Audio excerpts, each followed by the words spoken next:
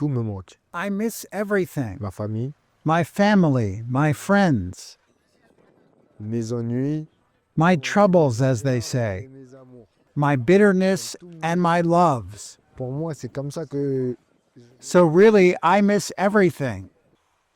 tu vois. Moussa Sacko is in Mali, but not by choice. It's his country by birth, but he moved to France as a young child to treat a chronic eye condition. He spent much of his life in a Paris suburb. Pour moi, je suis à l'extérieur, tu vois. I still feel like I'm on the outside. I'm in a bubble. I'm neither in Europe nor in Africa. I'm in a bubble, and when the bubble bursts, I don't know where I'll land. Last year, Sacko was in France and spent many days volunteering with a community association called Gare. He helped with food distribution, events, and counseling. He made friends there. Qu'aider les autres, il s'aidait lui-même. While helping others, he was also helping himself. And that's what made Moussa's expulsion so painful for me.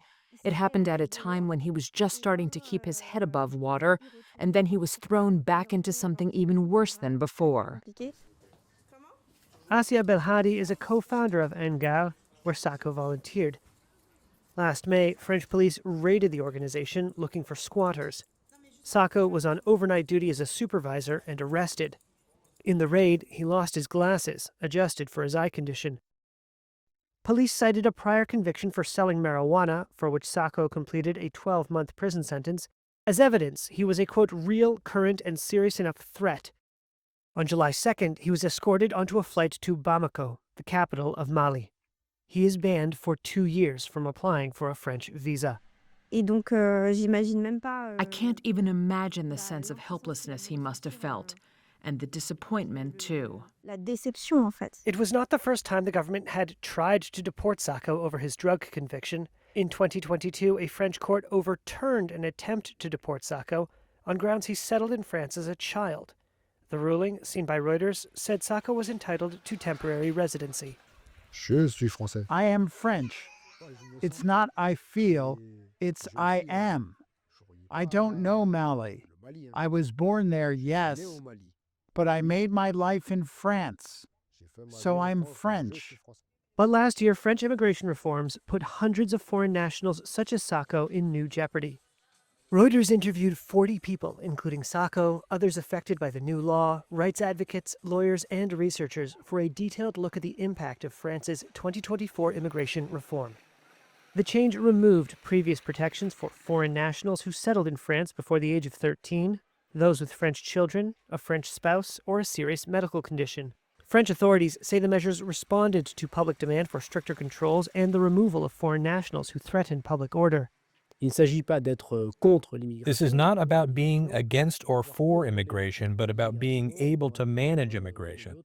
And as a sovereign country like ours, defining what type of immigration we wish to have, and what types of administrative and legal arms we can put in place to welcome, redirect, and integrate people who have been coming in our country to live there. Vivre. Polls show public support for the law. France's Constitutional Council rejected elements of the legislation last year, but the new deportation rules remained. Interior Ministry data show deportations rose 27% in 2024 to 22,000. Many of those deported or facing deportation have, like Sacko, prior criminal records for which they've served sentences long ago. Lawyers and activists say these cases display overzealous enforcement that upturned lives.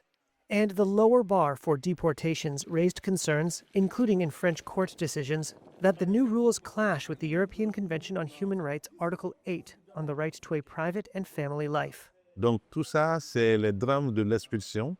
All of this is part of the trauma of deportation that migrants continue to suffer throughout their deportation journeys. Ousmane Diarra is the president of a group in Mali advocating for those sent here against their will. C'est très grave. So it's very serious. It's very dangerous for the deported person and for their family circle. Et pour son entourage familial, It's about the wife left behind here, the mother, the father. That person was their hope. il était un espoir. In January, Sacko's friends at Gare called him to check in.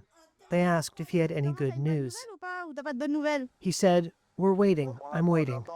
T'attends? They replied, You're waiting? We're waiting then. I'll wait with you.